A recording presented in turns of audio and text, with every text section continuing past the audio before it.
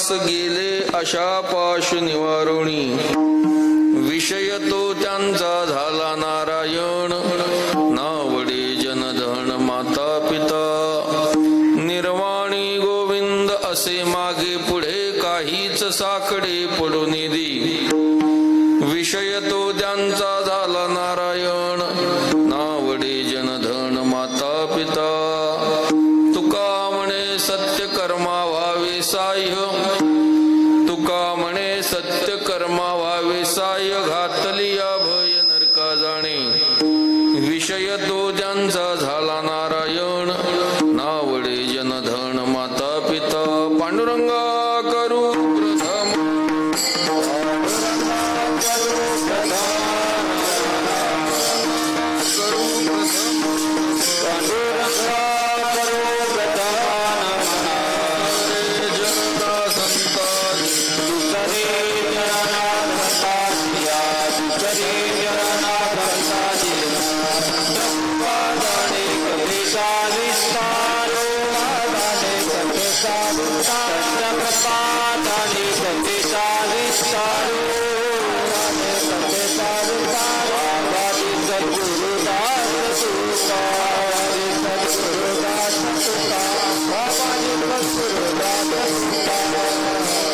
करू प्रथम नमन दुसरे चरणा संतांचिया, त्यांच्या कृपादाने कथेचा विस्तारू, बाबाजी सद्गुरु दास तुका भगवत चरणी, संत महात्म्यांच्या चरणी साष्टांग प्रणिपात करून सेवेलाच प्रारंभ करायचा चालू असणारा हा नामोत्सव, वैकुंठवासी महान भगवत भक्त साक्षात्कारी महात्म्य असणारे खोडदे बाबा यांच्या पुण्यस्मरणानिमित्त असणारा हा उत्सव महाराजांच्या समाधी मंदिरामध्येच आपण आहोत.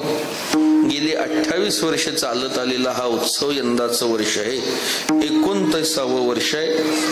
29व्या वर्षातील दुसऱ्या दिवसामध्ये आपण आहोत. सेवेकरता घेतलेला अभंग जगद्गुरु तुकोबारांच्या अभंग संहितेतील सगळ्यांच्या पाठाचा परिचयाचा असणारा भक्ताची अंतरंग लक्षण सांगणारा अभंग आहे. विठाला विठाला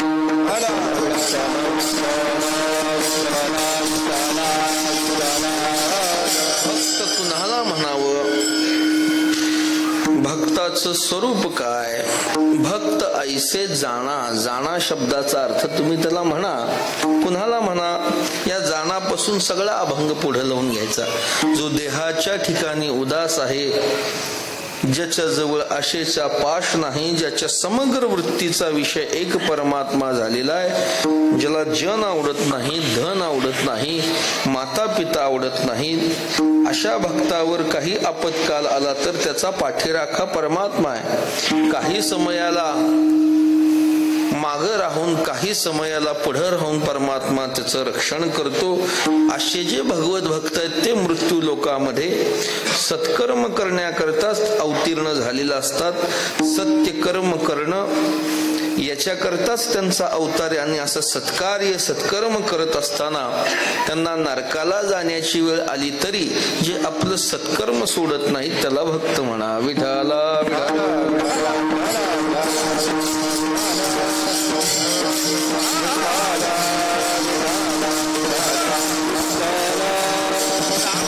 भक्त त्याला म्हणा. सामान्य दृष्टीनं भक्त तुम्ही आम्ही जे भक्त म्हणतो ते बाह्य दृष्टीनं भक्ताला आपण भक्त म्हणतो. तर भक्त म्हणजे भक्ती करणारा. मग भक्ती कोण करत नाही? सगळेच भक्ती करतात. भगवंताची भाषा काय? देखे मनुष्य जात सकळ, स्वभावता भजनशील, झाले असे केवळ माझे ठाई अर्जुना. प्रत्येक मनुष्य मात्राचा स्वाभाविक कल माझी भक्ती करण्याकडे आहे. सगळे भक्ती करतात म्हणून सगळेच भक्त ठरत नाहीत. भक्त भक्ती करतो पण भक्ती करणारे भक्तच आहेत असं नाही. याच्याकरता भगवंतानं या भक्ताची 4 भागात विभागणी केली. 4 प्रकारचे भक्त मला भजतात. चतुर्विधा भजन्ते माम जना सुकृतीनोर्जुन, आर्तो जिज्ञा सुररतार्थी ज्ञानीचे भरतर्षभ. 4 प्रकारचे भक्त अर्थ, अर्थार्थी, जिज्ञासू आणि ज्ञानी. तो पहिला अर्थ म्हणजे दुसरा जिज्ञासू बोलीजे, तिजा अर्थार्थी जाणीजे, ज्ञानिया चौथा. अर्थभक्त, अर्थार्थी भक्त, जिज्ञासू आणि ज्ञानी हे सगळे भक्तीच करतात, पण प्रत्येकाची भक्ती करण्याची पद्धत आणि कारण वेगळी आहे. अर्थभक्त कशा करता भक्ती करतो? तो अर्थू अर्थाचे निव्याजे, जिज्ञासू जाणावयाची लागी भजे, तिजे तेने इच्छिजे अर्थ सिद्धी. अर्थभक्त देवाची भक्तीच करतो, पण संकट समयाला, दुःखाच्या प्रसंगाला देवाला आठवणारा अर्थभक्त आहे. एखाद्यावर काही संकट यावं, दुःखाचा प्रसंग यावा, मनुष्य त्या संकटातून, दुःखातून स्वबळानं निवृत्त होण्याचा प्रयत्न करतो, पण त्याच्या लक्षात येतं आता हे संकट, हे दुःख एका देवाशिवाय दुसरा कुणी घालू शकत नाही, म्हणून असा आर्ततेनं देवाला भजणारा अर्थभक्त. द्रौपदी अर्थभक्त आहे, गजेंद्र अर्थभक्त आहे.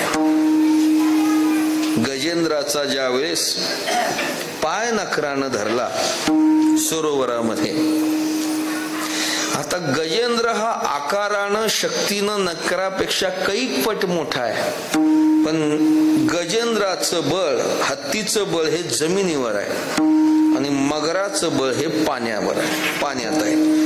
आकारानं, शक्तीनं मोठा असणार हत्ती, पण मगराच्या कार्यक्षेत्रात गेला, मगराची शक्ती पाण्यात जास्त आहे. पाय धरला महाराज, युद्ध सुरू झालं. त्या गजेंद्राला अनेक मुलं होती, सुना होती, अपतिष्ठ होती. सगळ्यांनी त्या गजेंद्राला वाचवण्याचा प्रयत्न केला. हे युद्ध किती वर्ष चाललं? गजेंद्र तो पशु सहस्त्र वर्षे, जळा माझी नकरे पिढीलासी. 1000 वर्ष युद्ध सुरू झालं, 1000 वर्ष चाललं. शेवटी त्या गजेंद्राचे सगळे अपतिष्ठ होते, ते गेले सोडून. म्हणले आता किती दिवस याच्या करता थांबायचं, पिकलं पान गळून पडणार आहे, जाऊ द्या म्हणले, द्या सोडून. सगळ्यांनी त्याला सोडून दिलं आणि निघून गेले. वाईट वाटलं त्या गजेंद्राला, की ज्यांना माझं म्हणत होतो, माझी पत्नी, माझी मुलं, ज्यांना माझं म्हणत होतो त्या सगळ्यांनी मला सोडून गेले. मग या जगतामध्ये माझं म्हणण्यासारखं कोणी आहे का नाही? त्याच सरोवरातलं एक फूल सोन्यानं आपल्या सोन्यात धरलं आणि भगवंताला मोठ्या आर्तस्वरामध्ये हाक मारली, कोण होईल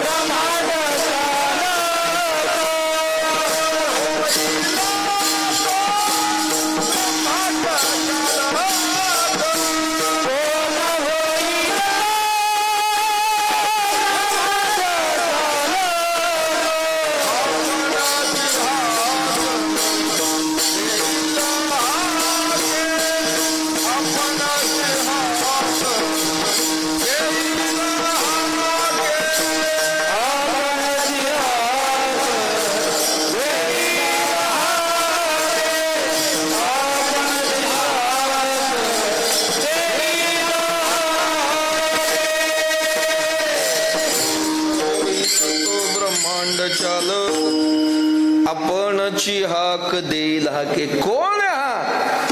ब्रह्मांड चालक जग नियंता परमात्मा की माझ्या हाकेला ओ देणारा, असा संकटामध्ये देवाला भजणारा अर्थ भक्त आहे.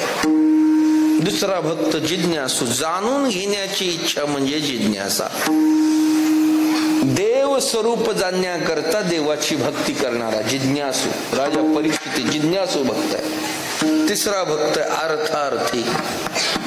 जसा संकटामध्ये देव आठवतो तसं आणखी एका कामामध्ये देव आठवतो. काही प्राप्त करून घ्यायचं असेल तर, संपत्ती असेल, सत्ता असेल, मुलबाळ असेल, आरोग्य असेल, हे मिळवण्याकरता भगवंताची उपासना करणारा अर्थार्थी भक्त. आणि चौथा जो भक्त आहे तो ज्ञानी भक्त आहे. तो देवाची उपासना करतो. कशासाठी करतो? देवा करता देवाची भक्ती करणारा. भगवान म्हणतात, अर्जुना पहिले 3 भक्त काहीतरी प्राप्ती करता माझ्याकडे येतात, पण चौथा जो ज्ञानी भक्त आहे, मग चौथी याची ठाई अनेक काही करणे नाही भक्त तो पाही ज्ञानी. जो अर्जुना, जो चौथा ज्ञानी भक्त आहे, त्याला कशाची अपेक्षा नाही. मग तो भक्ती करतो कशाला? देवा करता देवाची भक्ती करणारा ज्ञानी भक्त आहे. तुमची आमची भक्ती आपल्या करता देवाची भक्ती आहे. आपल्याला सुख मिळावं, आपल्याला आपली दुःख देवानं घालवावीत, आपल्याला आरोग्य द्यावं, आपलं चांगलं करावं, याच्या करता भक्ती करतो. आपल्या करता नाही, देवा करता देवाची भक्ती करणारा ज्ञानी भक्त. देवाची आचारे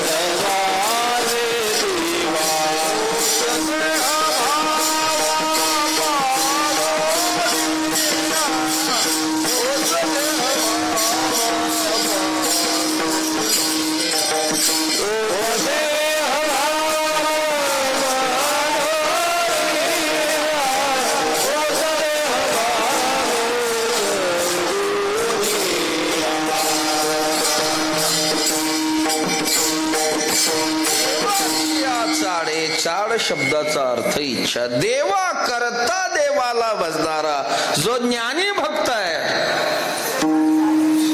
भक्त तो एक पाही ज्ञानी आजो, त्याला भक्त म्हणावं. अपेक्षेनं भक्ती करणाऱ्याला भक्ती म्हणता येत नाही. अज्ञानाची भक्ती इच्छिती संपत्ती तयाची चित्ती बोध कैसा, ती भक्ती नाही. देवा करता जी भक्ती केली जाते ती भक्ती. असा ज्ञानी भक्त जो भक्त आहे, आणि त्या ज्ञानी भक्ताची अंतरंग लक्षणं तुकोबाराय आजच्या अभंगातून सांगतात. भक्त म्हटले की त्याला 2 लक्षणं, एक बाह्य लक्षण आणि एक अंतर लक्षण.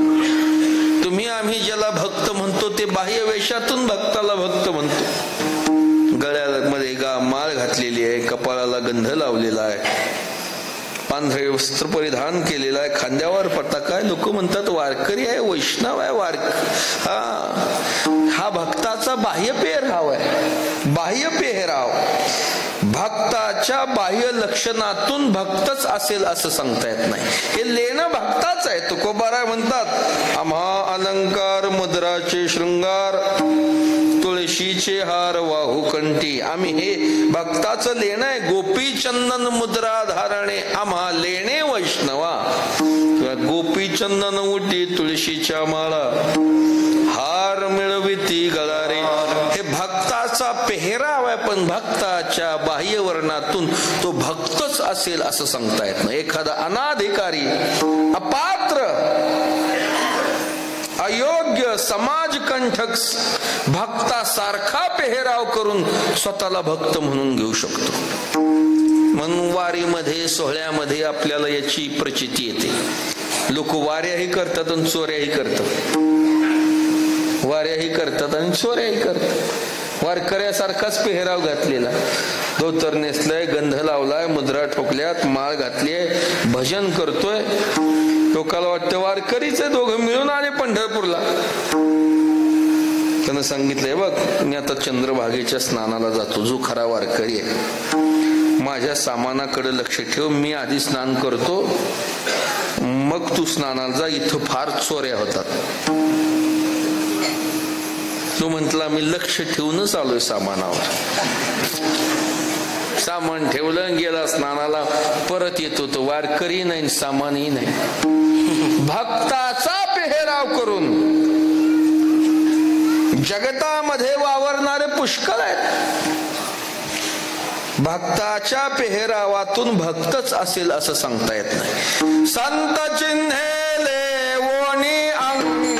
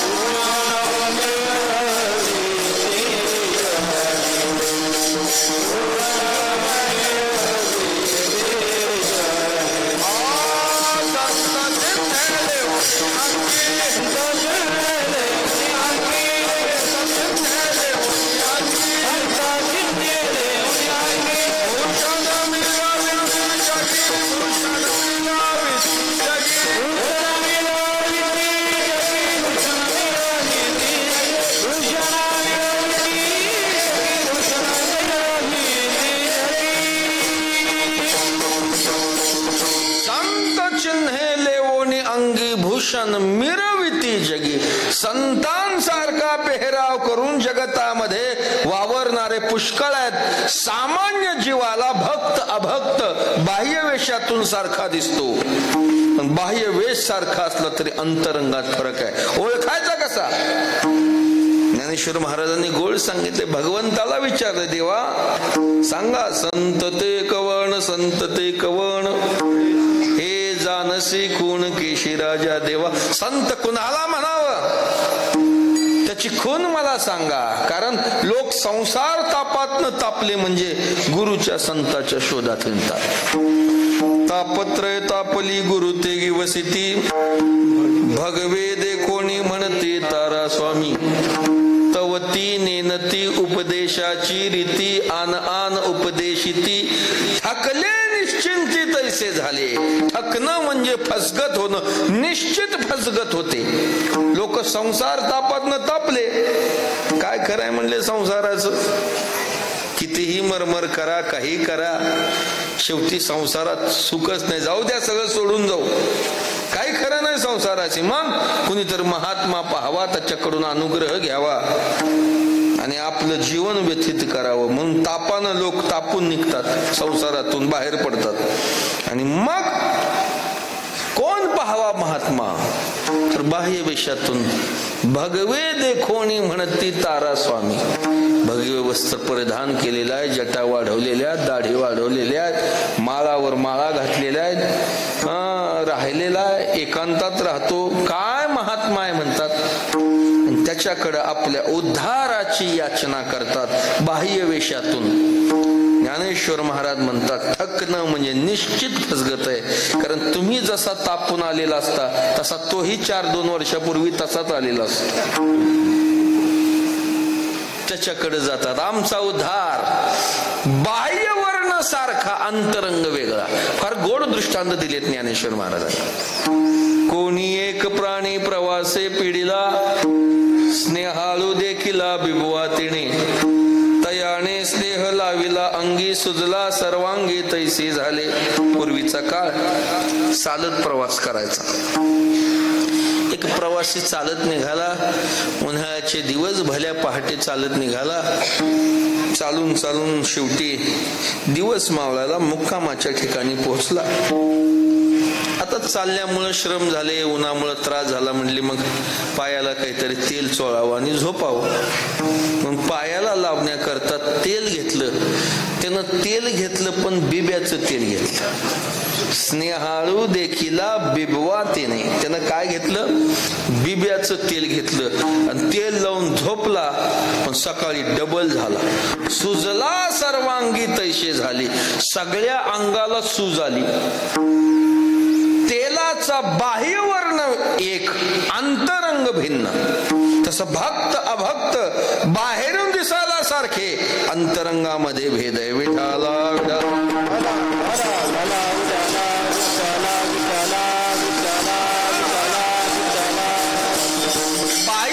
दोन्ही दिसती सारखी वर्म जाणे तो सारखेच. भक्तही सारखा आणि अभक्तही सारखा.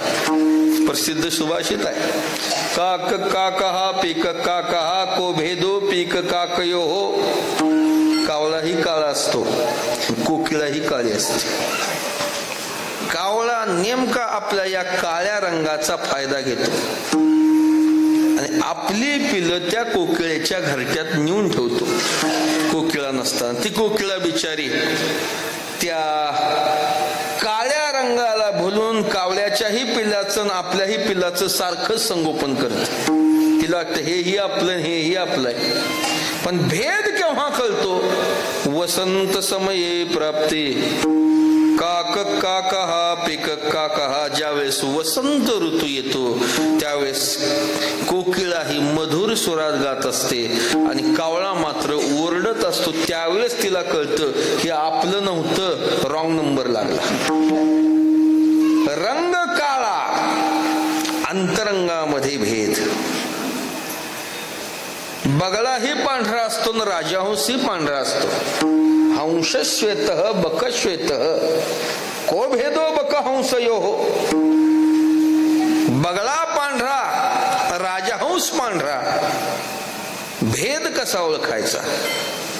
जर त्या राजहंस पक्षाला दुधामध्ये पाणी टाकून दिलं तर परमात्म्यानं त्याला असं सामर्थ्य दिलंय, त्या दुधातलं, त्या पाणीदार दुधातलं तो फक्त दूधच घेतो आणि पाणी बाजूला ठेवतो. निवडी वेगळे क्षीर आणि पाणी.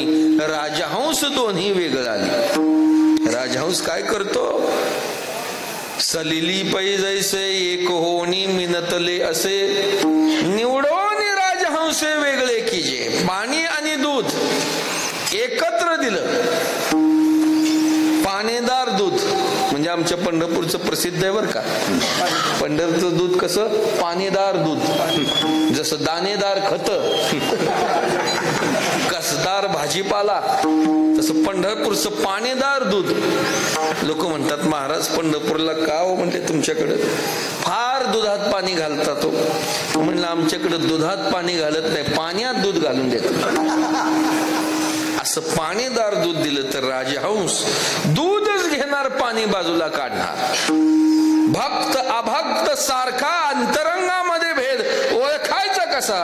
जगद्गुरु तुकोबाला विचारलं महाराज. भक्त अभक्त दोन्ही सारखे. आम्हाला सामान्य जीवाला त्यातला खरा भक्त कोणता भक्त याची निवड कशी करायची, कसा निवडायचा?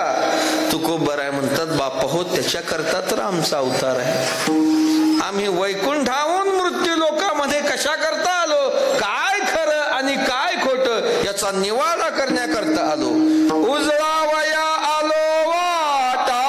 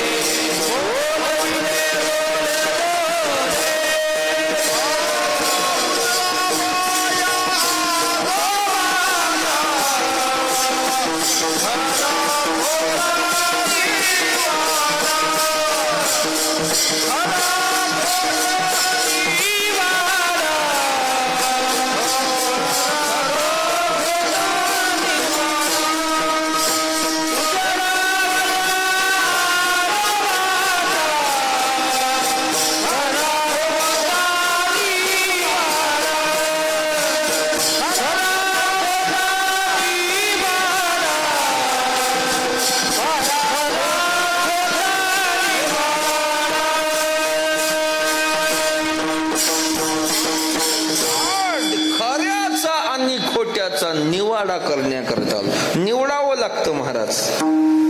कोणतंही कार्य चांगलं करायचं असेल तर निवडावं लागेल. तुम्ही शेती करणारी माणसं आहेत, शेतामधलं तण निवडून बाजूला काढलं तर शेती चांगली होईल.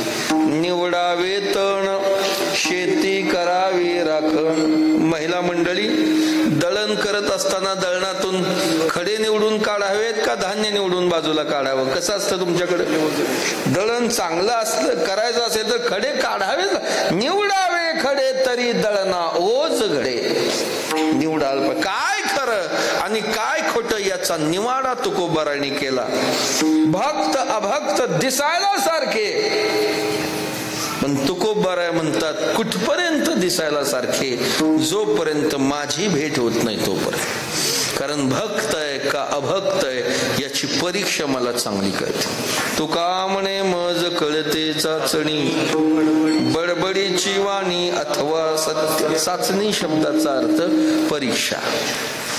परीक्षा चाचणी शब्दात स्वयंपाकघरामध्ये लाडू करायचे असले की त्याची चाचणी पाहावी लागते. सुनबाई म्हणते सासूबाई मी सगळं करते, ते भाजून घेते, सगळं करते, पण चाचणी तेवढी तुम्ही बघा. चाचणी पाहणारा परीक्षक लागतो. चाचणी जर बिघडली तर मग लाडू दाताने फुटत नाही. त्याला सहाय्य घ्यावं लागतं खलबत्त्याचं. मग तो लाडू दाताने नाही खलबत्त्यानं फोडून खावा लागतो. तुकोबाराय म्हणतात भक्त का अभक्त याची परीक्षा मला कळते महाराज. कुठपर्यंत भक्त आहे? अभक्त भक्तासारखा मिरवत असेल माझी भेट होत नाही तोपर्यंत. महाराजांची भाषा आहे ज्याप्रमाणे कुठली गोष्ट परीक्षेने कळते का नाही. गाराचा पाऊस पडला. गाराचा पाऊस फार वेळ नसतो, एक 15-20 मिनिटं पडला. गारा लिंबासारख्या गाडा पडल्या. पाऊस पडला, लखलखीत सूर्यप्रकाश, सूर्याची किरण त्या गारावर पडायला लागली आणि गारा हिऱ्यासारख्या चमकायला लागल्या. लोक आश्चर्य करू लागले. हिऱ्याचा पाऊस पडला, हिऱ्याचा पाऊस पडला म्हणले आज आकाशातून हिरे पडले. हिरा चमकतो म्हणून चमकणारा प्रत्येक पदार्थ हिराच आहे का? गारा सारख्या हिऱ्या चमकतात, पण कुठपर्यंत? हिऱ्याची परीक्षा आहे महाराज. हिरा ठेविता ऐरणी वाचे मारिता तोची मोल पावे खरा करणीचा होईत. घानानं घाव जरी घातले तरी जो खरा हिरा आहे तो फुटत नाही. गाऱ्या हिऱ्यासारख्या चमकतील कुठपर्यंत? हिरा ऐशा गारा दिसती दुरोण तुका म्हणे घन न भेटे तो. विठाला विठाला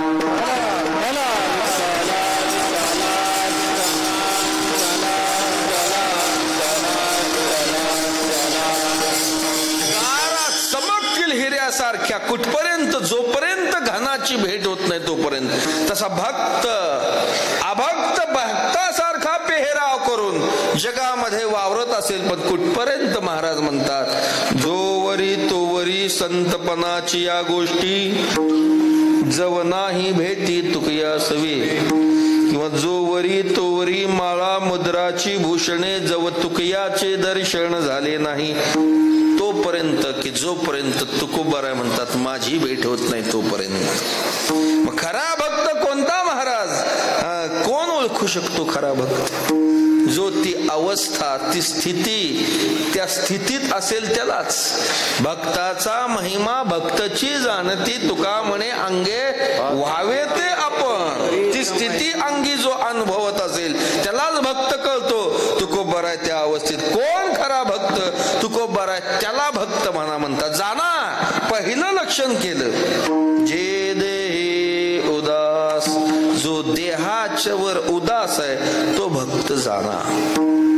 देहावर जो उदास आहे, देहाचा विचार केला तर या देहाचं यथार्थ ज्ञान केवळ भक्ताला झालेले महाराज. म्हणून देहाच्या बाबतीमध्ये भक्त हा उदास असतो. उदास देहाचा जर विचार केला तर देह वाईटही सांगितलेला आहे आणि देह चांगलाही सांगितला आहे. का देह कसा सांगितलाय? तो नाशिवंत आहे, जाणार आहे. भगवान सुद्धा म्हणतात अर्जुना, अंतवंत इमे देहा नित्यशोक्ता शरीरण अनाशिनो प्रमेयस्य तस्मात् युद्धस्व भारत. आणि शरीर जात अघवे हे नाशिवंत स्वभावे, मनोनी तू वाजून जावे पंडुकुमारा. शरीराची जात ही जाणार आहे, नाश पावणार आहे. नाशिवंत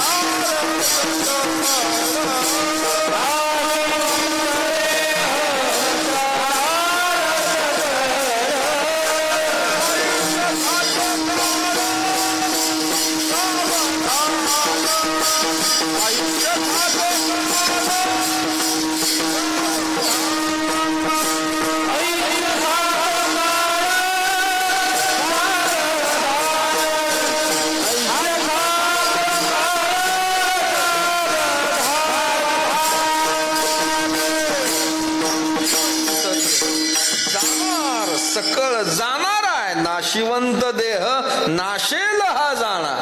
कारे उच्चारिणा वाचे राम. शरीर जाणार आहे महाराज, ते राहणार नाही. शरीर जाणार जरी असलं तरी ते चांगलं आहे का? त्याला अपवित्र म्हटलेलं आहे, दुःखाचं कोठार म्हटलेलं आहे, रोगाचं भांडार म्हटलेलं आहे. काय शरीर? शरीर दुःखाचे कोठार, शरीर रोगाचे भांडार, शरीर दुर्गंधीची थार, नाही अपवित्र दुःखाचं कोठार. कोठारात माल किती असतो? का म्हणले यंदा काय जास्त पिकली, म्हणले गहू जास्त झाला, ज्वारी जास्त, मग घरात साठवायला जागा नाही, मग कुठे ठेवली? कोठारात. सगळ्या तालुक्याचा माल कोठारात बसतो, मोठा असतो कोठार. हे शरीर दुःखाचं कोठार आहे. सगळे दुःख या शरीरात आहेत, सगळी दुःख या मानव देहात आहे. दुःखाचं कोठ, रोगाचे भांडार, भांडारात माल पुष्कळ. या शरीर रूपी भांडारामध्ये अनेक रोग आहेत. दुर्गंधीची थार, शरीरा एवढं दुर्गंध, म्हणून तर रोज स्नान करावं लागतं, रोज गंध लावावे लागतो, रोज कपडे बदलावे लागतात. माणसापेक्षा जनावराचं शरीर कैक पटीनं चांगलं. मला सांगा बरं, तुमच्याकडे बैल आहेत ना, गाई म्हशी आहेत ना, जनावर, त्यांना रोज आंघोळीला कुठला साबण आहे? त्यांना दात घासायला कुठली पेस्ट आहे रोज? त्यांना ना रोज ना एकच दिवस बैलाला स्नान, पोळ्याला काय थाट असतो महाराज त्या दिवशी. पोळ्याचा.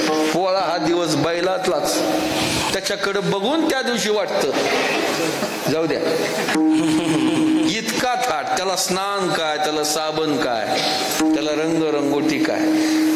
आपल्यापेक्षा जनावराचं शरीर कैक पटीनं चांगलं. आपल्याला रोज स्नान करावं लागतं, रोज दात घासावे लागतात, रोज कपडे बदलावे लागतात. दुर्गंध आहे. शरीर विटाळाचे आळे म्हटलेलं आहे. माया मोह पाश जाळे, हे सगळे जगातले विटाळ या शरीरात साठवलेले आहेत. म्हणून शरीर उत्पन्न होतं त्या दिवशीही विटाळ पाळल्या जातो, आणि शरीर नाश पावतं त्या दिवशीही विटाळ पाळल्या जातो. घरामध्ये कुणी जन्माला आलं की मंगल कार्य करता येत नाही, आणि घरात कुणी वारलं की मंगल कार्य करता येत नाही. का? विटाळ आहे. असा हा देह अपवित्र, दुःखाचं कोठार, रोगाचं भांडार याला म्हटलेलं आहे. या शरीरातला ममत्व करण्यासारखं काही नाही महाराज. आपण म्हणतो शरीर माझं माझं माझं माझं, या शरीरानं आपलं काय ऐकलंय? म्हणतो देह माझा, पण देहानं काय ऐकलं आपलं? त्याला भूक लागली की जेवायला द्यावंच लागतंय. आता आपण कीर्तनात बसलो, जांभळी द्यावी का? आळस देऊ नये, शिंक देऊ नये, पाय बदलू नये, एकदा मांडी, पण शरीर काहीच ऐकत नाही महाराज. जांभळी आली की जांभळी द्यावीच लागते, शिंक आली की शिंक द्यावीच लागते, पायाला मुंगे आले की पाय बदलावाच लागतो. शरीरा कीर्तनात पाणी प्यावं का? ऐकत नाही ना शरीर. बाटली घेऊनच बसायचं पाण्याची. आता ऐकणाऱ्या नाही, कीर्तनकाराचाही भागना पाणी पिल्याशिवाय. काही शरीर ऐकत. मला सांगा, पांढरे झालेले केस काळे करतो, मग कळाव का नाही शरीराला की आपल्या मालकानं केस काळे केलेत, मग उगवताना पुन्हा ते काळं उगवतं का पांढरं? नुसतं नाही, शेजारचे 3-4 घेऊन पांढरं होतं. शरीर आपलं म्हणण्यासारखं काही नाही महाराज. मुळात तो आपला नाहीच, तो आणलाय मागून कुणाचा? पिंड तव पाचाचा.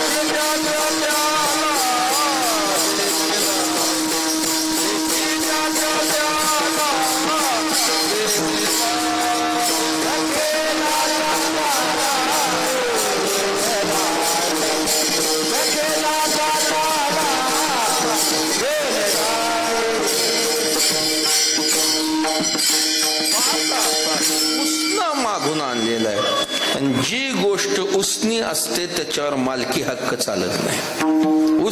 उष्ण ते आज ना उद्या, उद्या ना परवा, परवा ना तरवा, मूळ मालकाला द्यावंच लागतं. पाचाचा म्हणजे पंचभूताकडून पृथ्वी, आप, तेज, वायू आणि आकाश. पंचभूताचा गोंधळ केला एकेठाई मेळ, लाविला सबळ अहंकार. पंचभूताकडून आणलेलं हे, ज्याचा त्याला आज ना उद्या, उद्या ना परवा द्यावंच लागतं. शरीराला आपलं म्हणण्यासारखं नाही. बरं, ते उष्ण आहे ते द्यावंच लागतं, ते त्याला द्यावंच लागतं. दुसरं की याच्यावर आपली सत्ता नाही. तो काळाचा खाऊ आहे, खाऊ. तुकोबाराय काय म्हणतात, देहा केवी रिजे देह काळाचे भातुके. ऐका, देहा केवी रिजे देह काळाचे भातुके. भातुके शब्दाचा अर्थ खाऊ. परमात्म्यानं काळाची समजूत काढण्याकरता त्याला देहरूपी खाऊ दिलाय. विठ्ठल विठ्ठल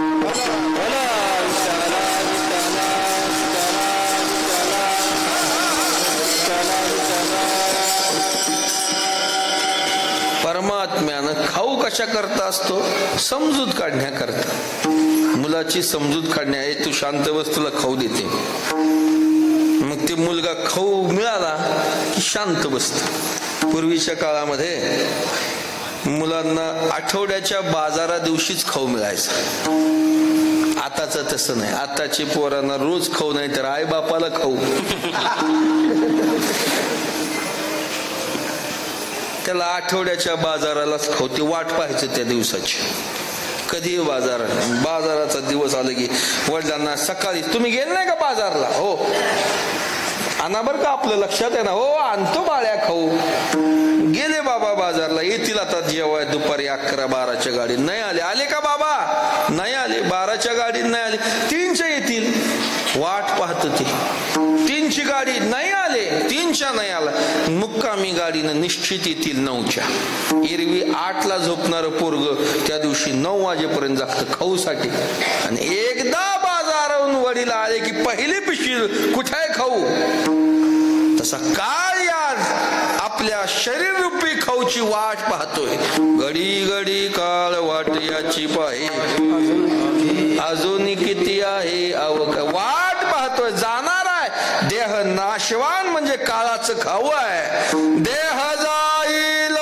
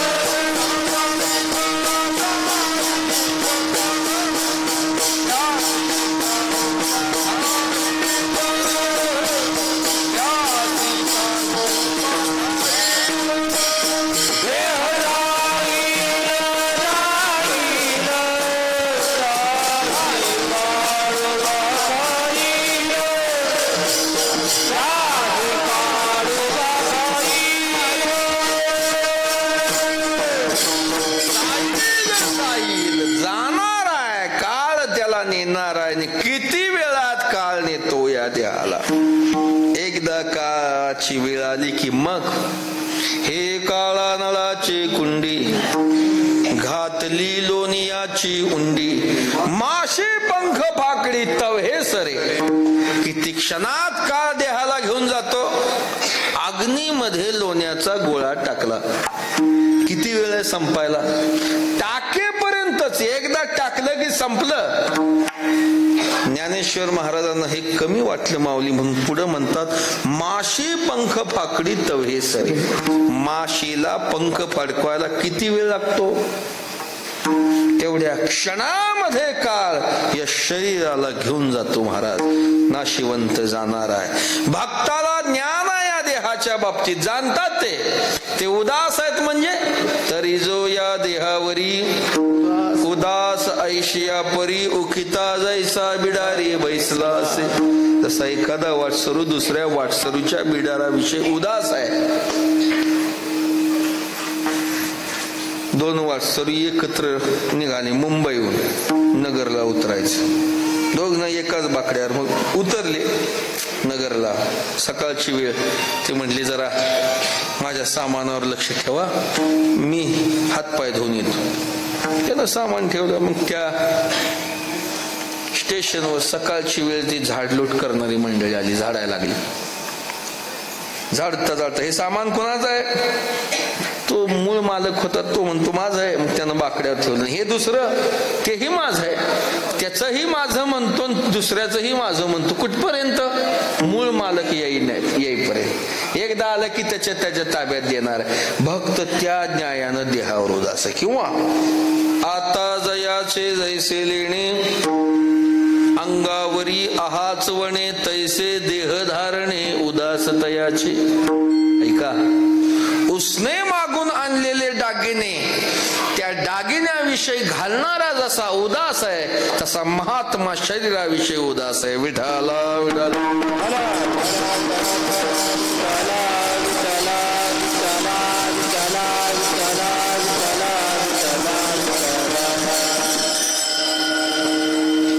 नाटकामध्ये नाटक करणारा राजा असतो. राजा नाटकातला झाला तर राजा तो राजा, त्याला वैभव असतच. भरजरी कपडे, डाग दागिने, सेवक, नोकर चाकर. पण त्या दागिन्याला, त्या कपड्याला, नोकरा चाकराविषयी तो उदास असतो. त्याला माहित आहे आपलं नाही. हे नाटक आहे तोपर्यंत हे नाटक. एकदा नाटक झालं की हे मालकाचं मालकाला द्यायचं आहे. भक्त त्या न्यायानं उदास आहे. देह, ऐका, देह नाशिवंत, अपवित्र आहे, दुःखाचे कोठार, रोगाचं भांडार, उष्ण मागून आणलेला काळाचा खाऊ. ही देहाची एक बाजू झाली. देह जसा असा सांगितला तसं संतांनी देहाच्या बाबतीत शरीर उत्तम चांगले, शरीर सुखाचे घोसले, शरीरे साधिले, शरीर साध्य होय केले, शरीर साध्य होय केले, शरीरे साधिले परब्रह्म. शरीर नुसतं उत्तम नाही, नुसतं चांगलं नाही, उत्तम चांगलं सुखाचं घोसुलं म्हटलेलं आहे. मानव देह दुर्लभ आहे महाराज, तो कुणालाही नाही. मनुष्य देह दुर्लभ आहे.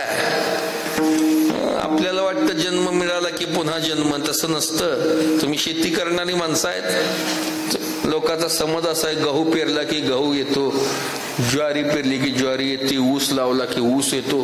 तसं लोकांना वाटतं माणूस मिळाला की पुन्हा माणूस. ऊस लावल्यावर जसा ऊस येतो तसा माणूस मेल्यावर पुन्हा माणूस नाही. या जन्मात जशी सुख दुःख भोगली तशी पुढच्या जन्मात भोगू म्हणाल, शक्य आहे का? मागुताची जन्म पावसी, भोगिले सुख दुःख जाण्यासी, हे तो न घडे रे सायासी, कारे अंध होसी जाणू. दुर्लभ आहे. ज्या 3 गोष्टी आचार्यांनी दुर्लभ सांगितलेल्या, त्यात पहिली दुर्लभ गोष्ट म्हणजे मानव देह मिळाला. दुर्लभम त्रयमेवै तद्देवानुग्रह हेतुकम, मनुष्यत्वम, मुमुक्षुत्वम आणि महापुरुष संश्रय. मनुष्यत्वम पहिली दुर्लभ गोष्ट, मानव देह मिळणं दुर्लभ. किती दुर्लभ आहे? एका वाक्यात सांगतो की या देहाची इच्छा देवादिकांनी करावी एवढा दुर्लभ आहे. इहलोकीचा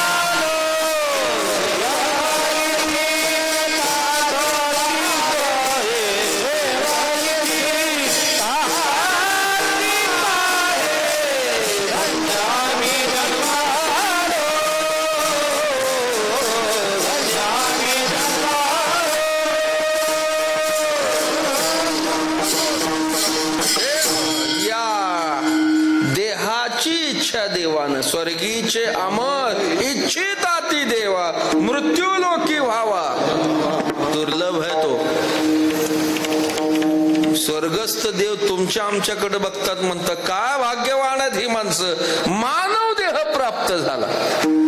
दुर्लभ नाही, नुसता दुर्लभ नाही, सफल आहे. मानव देह दुर्लभ आहे, त्याच्याबरोबर सफल आहे. या देहात असं सामर्थ्य आहे की हे जन्म मरण निरंतरच संपवत आहेत. नुसता काही गोष्टी व्यवहारात दुर्लभ असतात पण सफलच असतील असं नाही. पुष्कळ गोष्टी दुर्लभ आहेत पण सफल नाही. सिंहणीचं दूध सहज मिळतं का? दुर्लभ आहे पण सफलच आहे का? असं नाही. मानव देह दुर्लभ असून सफल आहे. जन्म मरण संपवत तैसे येण्याचे शरीरे, शरीरा येणे सरे, किंबहुना येर झाले. हे सामर्थ्य याच देहात देव मिळवता येतो. नव्हे नव्हे एखाद्यानं या देहात येऊन मी देव होईल अशी प्रतिज्ञा केली तरी ती शक्य आहे. ऐका, देव मिळवता येतो नाही. एखाद्यानं ही प्रतिज्ञा केली की मी देव होईल, शक्य. नर देह निधान लागले हाती, उत्तम सार उत्तम गती, देवची होईल म्हणती ते होती, तरी का चित्ती. निधान म्हणजे खजिना ठेवा, हा देह रूपी खजिना. असं सामर्थ्य देहाचं. म्हणजे देह उत्तम सांगितलाय, चांगला सांगितलाय, दुर्लभ आहे, सफल आहे. हे सामर्थ्य देहाचं आहे. म्हणजे देहाच्या दोन बाजू आहेत. देह वाईट सांगितला, अपवित्र, दुःखाचे कोठार, रोगाचं भांडार, काळाचा खाऊ, उष्ण मागून आणलेला एक भाग. दुसरा देह दुर्लभ, सफल, जन्म मरण संपवण्याचं सामर्थ्य या देहात. देव मिळवता येतो, नव्हे नव्हे देव होता येतो. हे सामर्थ्य देहाचं. देह चांगला आहे आणि वाईट आहे. भक्त देहावर उदास आहे, याचा अर्थ काय? देह वाईट आहे म्हणून त्यागतो का देह चांगला आहे म्हणून भोगतो? विठाला विठाला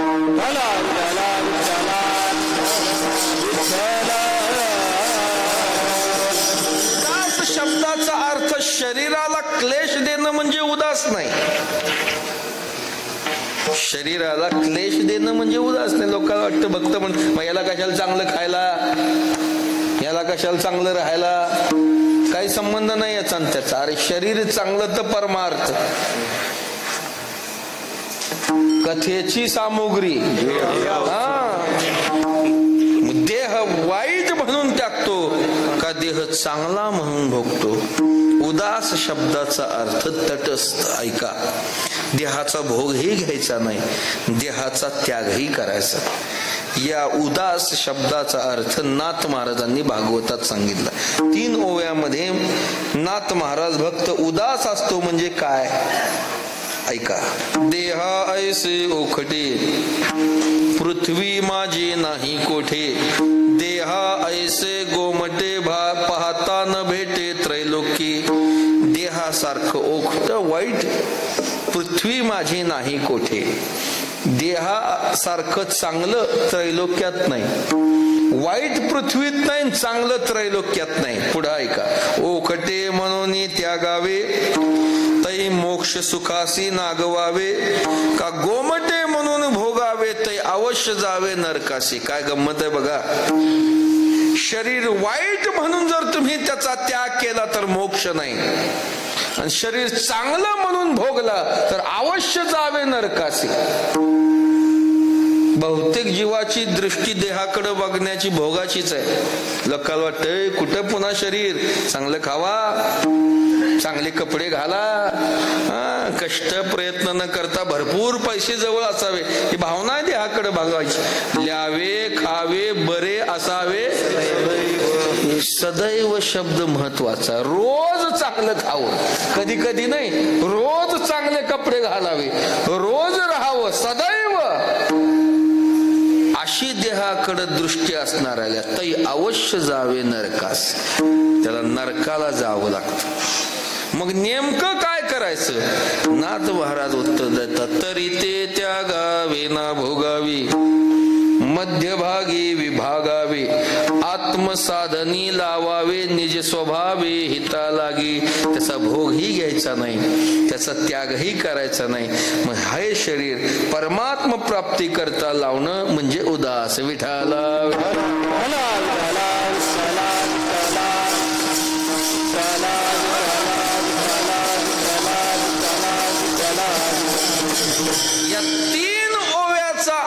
तुकोबारांनी एकाच प्रमाणात केलाय.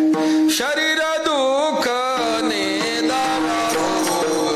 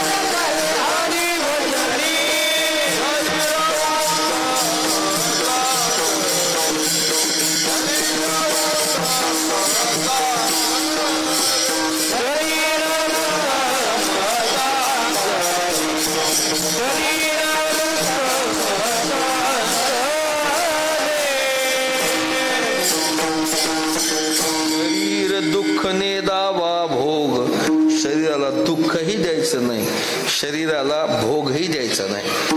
शरीर दुःख नेदावा भोग, न द्यावे सुख न करी त्याग, त्याला सुखही द्यायचं नाही, त्याचा त्यागही करायचा नाही. शरीर ओखटे ना चांग, शरीर वाईटही नाही, शरीर चांगलंही नाही. मग काय करायचं? तो का म्हणे वेग करी हरी भजनी, या परमात्म्याची उपासना साधना, या देहाचा उपयोग परमात्मा प्राप्ती करता करणं म्हणजे उदास. जसं नाथ महाराज तुकोबराय सांगतात तसं भगवान सुद्धा अर्जुना देहाच्या बंधनामध्ये पडू नको बर का. देहाचे बांधोडी न पडिजे, सुख दुःखाचे सागरी न बुडीजे, सुखे सुख रूप धाडीजे माझी याची अंगा. देहाच्या बंधनात पडू नको, सुखाच्या सागरात पोहू नको, दुःखाच्या सागरात बुडू नको. मग काय कर?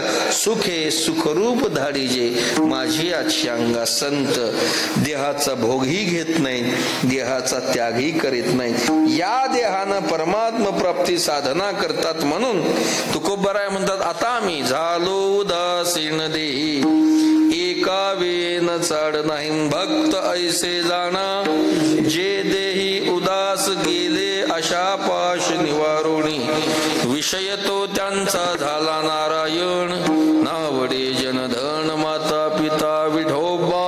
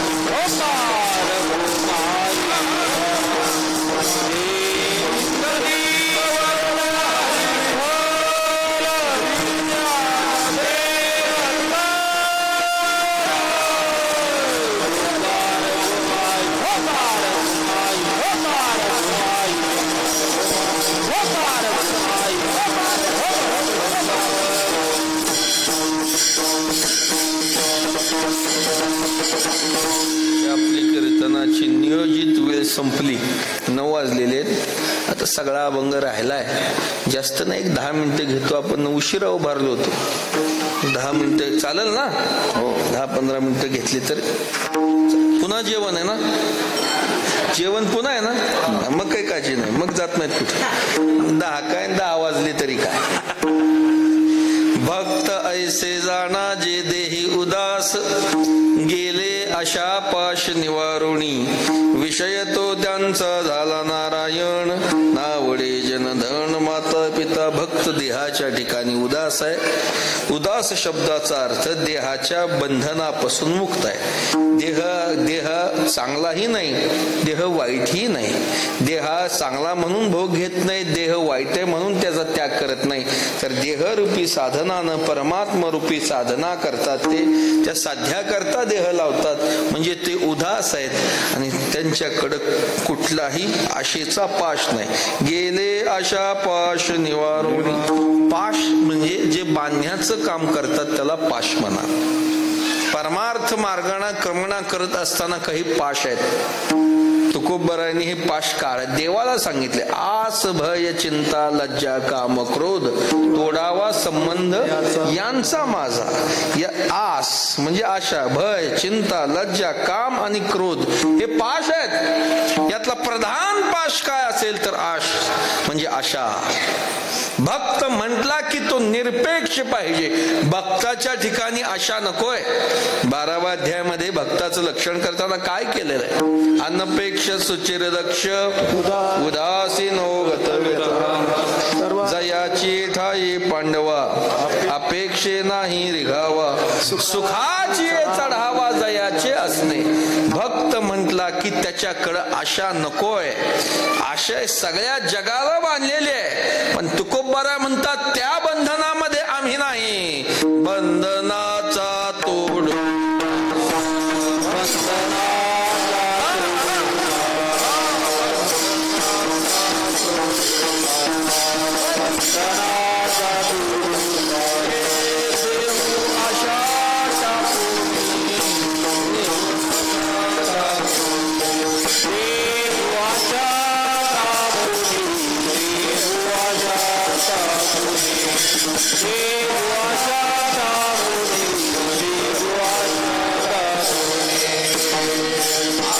निर्मुक्त. अरे आशेनं देवाला सोडलं नाही तर नाथांची प्रसिद्ध होई.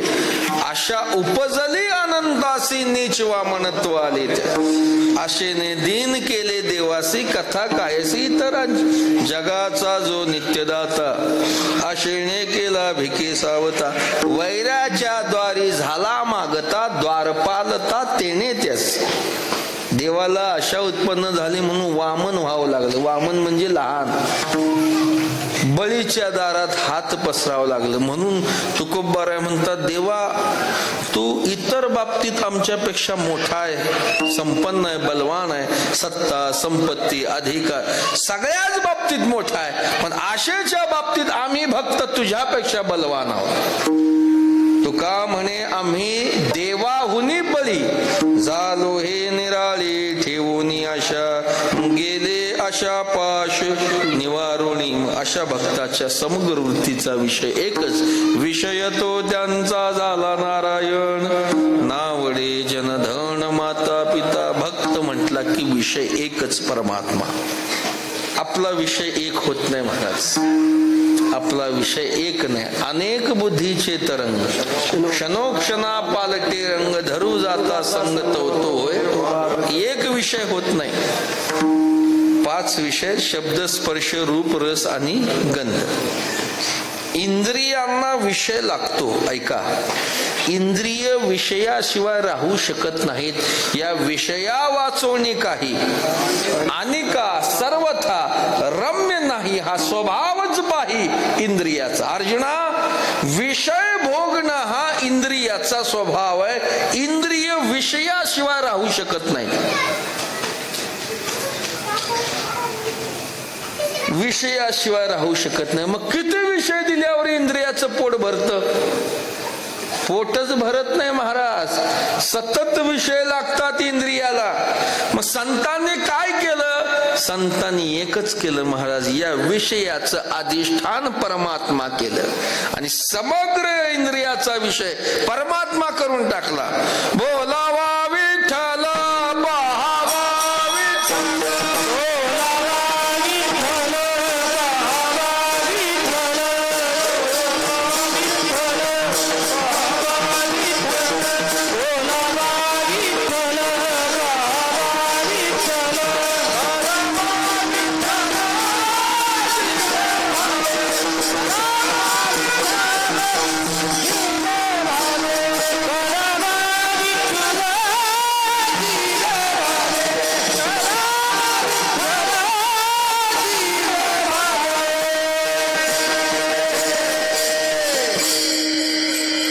यांचा विषय होऊ द्या. बोलावा विठ्ठल, पहावा विठ्ठल, करावा विठ्ठल, जीवे वावे. समग्र वृत्तीचा विषय एक. वाणीचा विषय परमात्मा, डोळ्याचा विषय परमात्मा, कानाचा विषय परमात्मा, चित्ताचा विषय एकच. आता आपण बसलोय, डोळ्यानं पाहतोय, कानानं ऐकतोय, पण चित्तात कधी सुटेल? नव्हतं वाजून गेले, पण हे कधी एकदा सुटेल. भक्ताचा जयाचे वाचे पुढे भोज, जयाचे वाचे पुढे आलाप, दृष्टी भोजे माझेची रूप, जयाचा मन संकल्प माझाची वाय. काय गोड सांगतात महाराज. जयाचे वाचे पुढे भोजे, जयाचे वाचे पुढे आलाप, दृष्टी भोजे माझेची रूप, जयाचा मन संकल्प माझाची वाय. दृष्टीला माझं रूप, वाणीला माझं नाव, कानाला माझे गुण, चित्तामध्ये मी. या ओवीचा अनुवाद तुकोबारांनी एका अभंगात केलाय. गेई गेई माझे वाचे, गोड नाम विठोबाचे, डोळे तुम्ही घ्या रे सुख, पहा विठोबाचे डोळे, तुम्ही ऐका रे कान, माझ्या विठोबाचे, मनात येथे भाव राहे विठोबाचे. एक विषय तो सकळांचा हरी, बस एकच परमात्मा. विषय तो त्यांचा झाला नारायण, नाव